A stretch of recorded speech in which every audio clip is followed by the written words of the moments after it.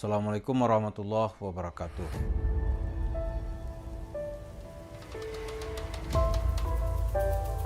Para pemirsa, di Indonesia ini ada organisasi yang masanya paling besar, yaitu Nahdlatul Ulama. Suatu kali saya mengantar Gus Salah, maksudnya Gus Salahuddin Wahid, Allah yarham, untuk sebuah acara di TVRI. Ketika itu Gus Salah bercerita sisi-sisi kehidupan kakaknya, yaitu Kiai Haji Abdurrahman Wahid. Kata Gus Salah begini, satu kali katanya Gus Salah itu manggil orang. Begitu orangnya datang, itu Gus Dur mengembalikan semua uangnya yang sebelumnya dia sumbangkan.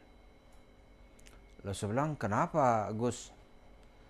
Kata Gus Dur begini, Anda tuh nggak ikhlas membantu saya, ini saya kembalikan duitnya. Wah, saya kaget juga. Yang pertama saya tanya, kok Gus Dur tahu? Nah, itulah kehebatannya, dia tahu orang tuh ikhlas nggak ikhlas. Ya kalau nggak ikhlas ya dia nggak mau juga dikembalikannya gitu. Ungkapan ini kemudian kata Gus Salah, ya itu salah satu daya tarik atau daya pikat Gus Dur sehingga membuat orang tuh bisa fanatik gitu. Itu membuat kemudian kenapa misalnya setiap yang digagas Gus Dur itu masanya itu bisa disebut masa solid.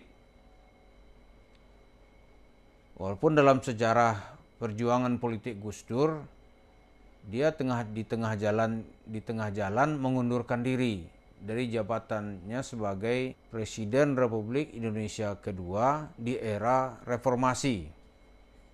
Ya kan?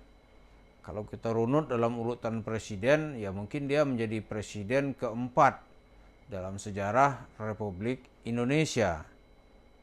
Kalau bicara lebih detail ya mungkin juga ya dia disebut sebagai presiden yang pikirannya sejalan dengan Habibie, yaitu ingin menegakkan demokrasi. Tapi beberapa hari yang lalu saya teringat, gitu, renung-renung kembali, saya buka-buka catatan, ketemu dengan Gus Salah. Gitu. Gus Salah, ini beginilah orang NU. Gitu. Kata Gus Salah, ginilah NU. Kalau NU yang benar ya ngikutin Gus Dur, ya jadilah dia itu NU-nya itu mungkin disebut NU intelektual, bahkan juga disebut NU ideologis. Nah, saya teringat, kalau begini NU, apakah Yusuf Mansur itu orang NU? Gitu.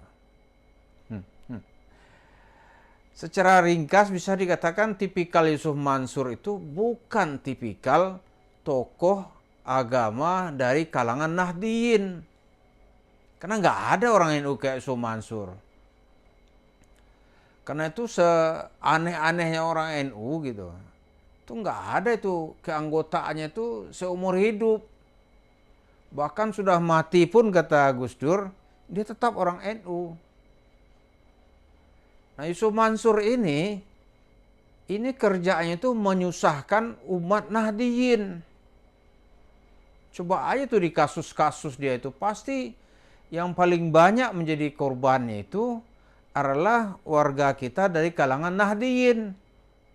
Kalau benar nggak dia itu, kita lihat satu kali memakai jaket Banser gitu. Itu ada aja orang ngerek-ngerek dia supaya dilengketkan dengan NU gitu. Tujuannya apa? Supaya nanti orang yang nuntut ini nggak berani gitu. Karena dibawa-bawa seolah-olah akan berhadapan dengan NU. Ini jelas kita lihat sebuah upaya menggiring NU untuk sebuah tindakan kejahatan. Tapi kan ini tidak bertahan lama gitu. Nggak bertahan lama. Gus-gus yang sebelumnya ingin cari muka gitu kepada Yusuf Mansur mencoba membawa masalah ini ke dalam internal kepengurusan NU gitu. Tapi kan tidak pernah bisa dilayani dan diterima. Karena memang kesejatian Nahdlatul Ulama itu bukan seperti yang diajarkan oleh Yusuf Mansur. Bahkan boleh kita sebut Nahdlatul Ulama itu akan memerangi manusia seperti Yusuf Mansur. Yakin saya. Jadi walaupun kepengurusan itu telah berganti, di era Gus Dur sudah selesai, dia sudah meninggal, Gus Salah juga sudah dipanggil oleh Allah gitu. Sekarang ada generasi-generasi muda yang menjadi pimpinan NU. Tapi ya garis lurusnya itu tetap saja sama.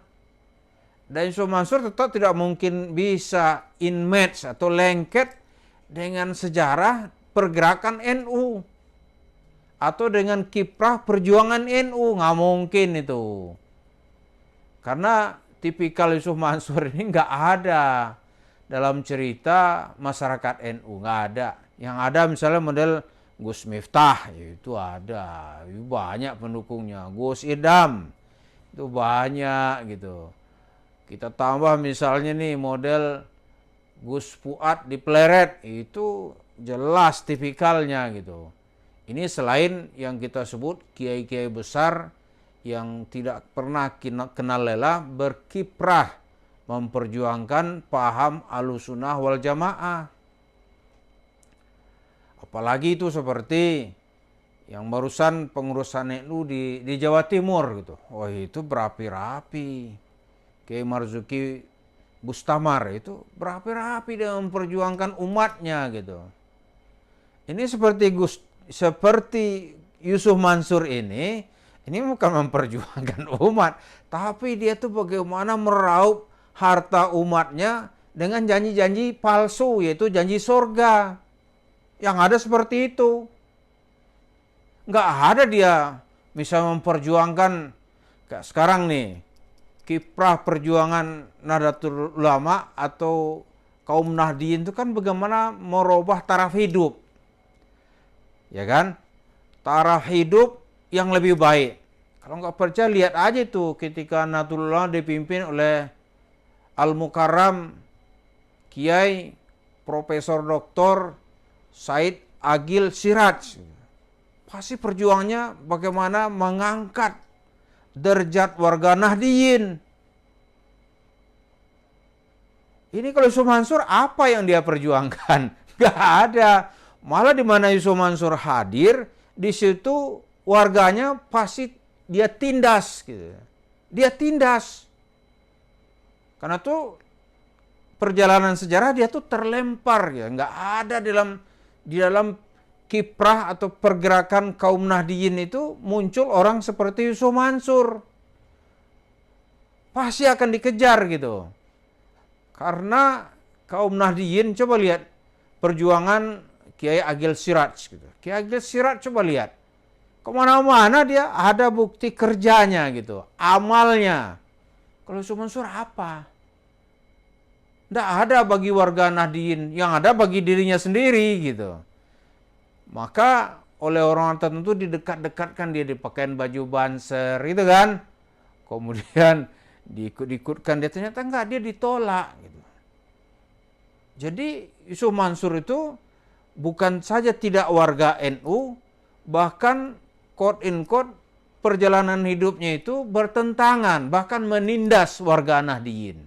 Kalau nggak percaya coba cek jejak-jejak ceramahnya. Pasti di warga Nahdliyin. Yang dia bermasalah di mana-mana itu ya dengan warga Nahdliyin. Kenapa? Karena orang-orang ini paling gampang dia hibur-hibur gitu. Hibur salawat, itu kan. Hibur nanti masuk surga gratis. Dihibur nanti, ya macam-macam gitu. Nanti ujung-ujungnya ya bagaimana mengambil duit orang ini. Itu di Patreon itu langkah itu berdarah-darah itu. Paket Merdeka gitu kan. Itu udah 7.426 orang daftar. Satu orang bayar 10 juta. Udah 10 tahun nggak ada tuh umrah. Nggak ada. Malah Patreonnya udah masuk kubur gitu. Terus dengan apa Yusuf Mansur masih punya harga diri? Atau masih punya muka? Punya keberanian? Ngaku-ngaku pengikut Ahlussunnah wal Jamaah.